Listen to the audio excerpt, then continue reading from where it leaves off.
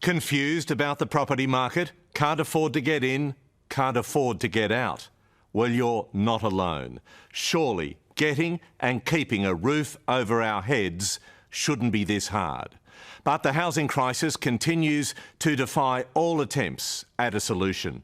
It gets more shambolic and divisive by the day. The haves against the have-nots, rich versus poor, even old against young.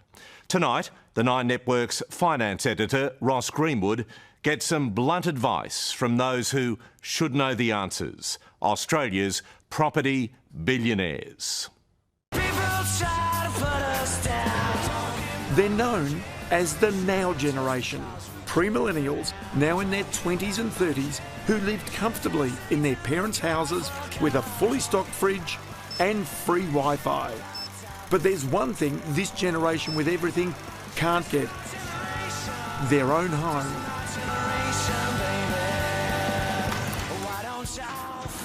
So here we've got a project of, we were 78 apartments. We actually had so many combinations to downsize, we actually ended up with 68 apartments. So Tim Gurner is an exception. As Australia's newest construction mogul, he's selling apartments as fast as he can build them. in locations like this, we sold this out in 48 hours. We launched another one 100 metres away. We sold out overnight.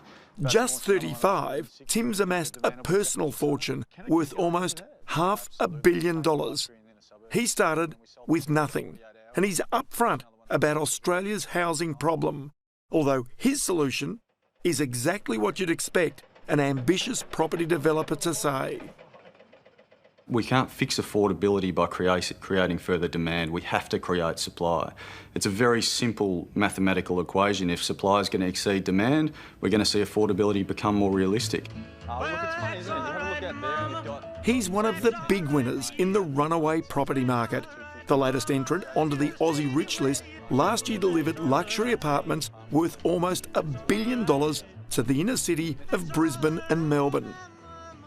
They're the type of apartments ordinary first home buyers can't dream of owning. But Tim says expensive city housing isn't anything new, and that his generation needs to stop whinging and start saving.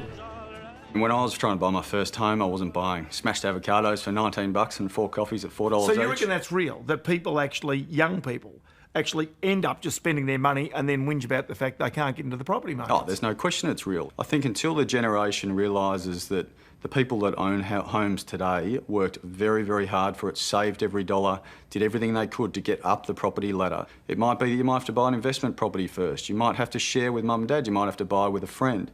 But you've got to get your foot in the door and you've got to slowly get up the ladder. If you don't believe the newest property hotshot on the block, what about the oldest? Harry, will you have a look at this? Unbelievable, hey? Harry Triggerboff is the granddaddy of high-density living.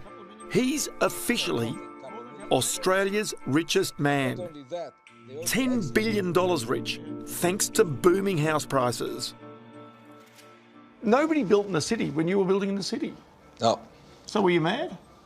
No, I was very clever. But only later I found out how clever I was. I was quite scared while I was doing it.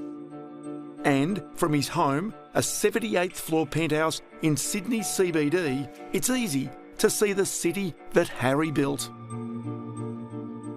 You see the one with the orange roof, that's mine. You see this one with the funny shape, that's mine. Here, the ones we're standing in. The 84-year-old Russian immigrant, nicknamed High Rise Harry, builds apartments predominantly for wealthy investors. Young people, can they afford these apartments? No, they don't buy. They can't buy them. They can't afford them. Is that a problem? Well, it's a problem for all of us in the long term. In the short term, as long as investors are buying and Chinese are buying, it's okay. Young people might want prices to tumble, to make housing more affordable. But 2/3 of households own their own home. They don't want to crash. And if house prices fall suddenly, jobs will be lost. The risk of recession will rise. So, be careful what you wish for. It's never been harder for young and ordinary people to make a start. Jo Lennon, a lawyer, writer, an Oxford scholar, is the same age as Tim Gurner. But she's far more sympathetic to her own generation's home buying struggles. There's no point pointing the finger at those people and say, you haven't worked hard enough or you haven't tried hard enough. If you're looking at $1.5 million for a house in an outer Sydney suburb, a pretty ordinary house, then something is seriously wrong with the housing market. The dice are not evenly loaded, they are loaded in favour of investors. $1,596,000, all done. Sold. Sold. You're not going to get a house in Camberwell for $700,000. Make it 1.4. It's got to be 1.4, sir. Happy to make it 1.4. You're not going to get one in Alexandria in Sydney. Here's the money at $3 million. You're not going to get one in Newstead in Brisbane. I mean, the market's changed. You can go to Perth, you can go to Darwin, but you have to start to get realistic about your expectations. So was a person in 1990 paying those now infamous 17% interest rates better or worse off than a person today? Let's weigh it up.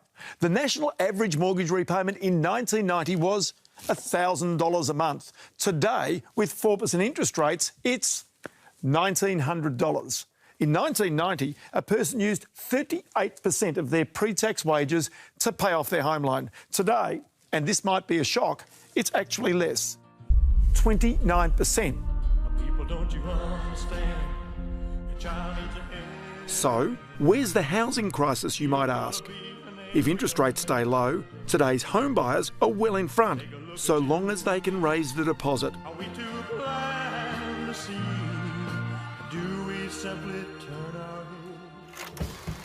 Harry Triguboff has a sixth sense for residential property in Australia. You could argue he has a better sense than the government grappling with this crisis. Oh, at that stage I was on my way, yes, I was on my way. Yeah, everybody knows there's a problem, but everybody is afraid to do much about it because they think that they might do something wrong. Harry, a lot of people would expect you to say that the easy answer to the housing supply crisis is to allow you to build more apartments. Is that the answer? Yeah. If I build more, then the prices will come down. Yes, definitely. Seems simple. And the Prime Minister gets the idea. The first thing you've got to do is build more houses, build more dwellings, particularly in Sydney and Melbourne.